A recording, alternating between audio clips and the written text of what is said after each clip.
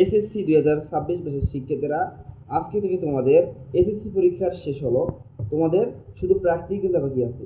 ধরা যায় তোমাদের আজকে থেকে এসএসসি এক্সাম শেষ। তোমরা আজকে থেকে সম্পূর্ণরূপে পরীক্ষাবিহীন অবস্থায় কাটাবা 3 মাস।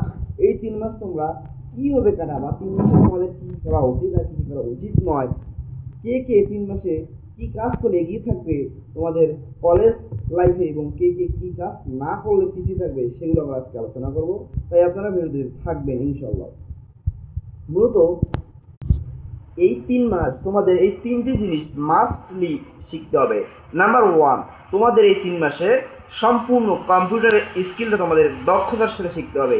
নাম্বার 2, তোমরা যারা যারা ইংলিশে দুর্বল, এই 3 মাস তোমরা ইংলিশটাকে এগিয়ে নিতে পারো, ইংলিশে স্পিকিং শিখতে পারো, ইংলিশের গ্রামার রাইটিংগুলো তোমরা শিখে রাখতে পারো। তোমাদের কলেজের যে গ্রামার, সেগুলোর তুলনায় মানে তোমাদের স্কুল পর্যায়ে গ্রামার, কলেজের গ্রামার কিন্তু সেম পর্যায়ে, তোমরা এগুলো এখনও শিখে রাখতে পারো। এবং নাম্বার 3, তোমরা যারা যারা কোরআন পড়তে পারো না, তোমাদের কোরআন পড়ার শিখতে হবে। এবং যারা যারা পারো তাদেরকে বিশেষ সূরাগুলো মুখস্থ করে নেবে 3 মাসে। 3 মাসে কোরআন মাস্ট 3 বার তোমার খতম দেবা, তোমাদের কাছে এটাই প্রত্যাশা।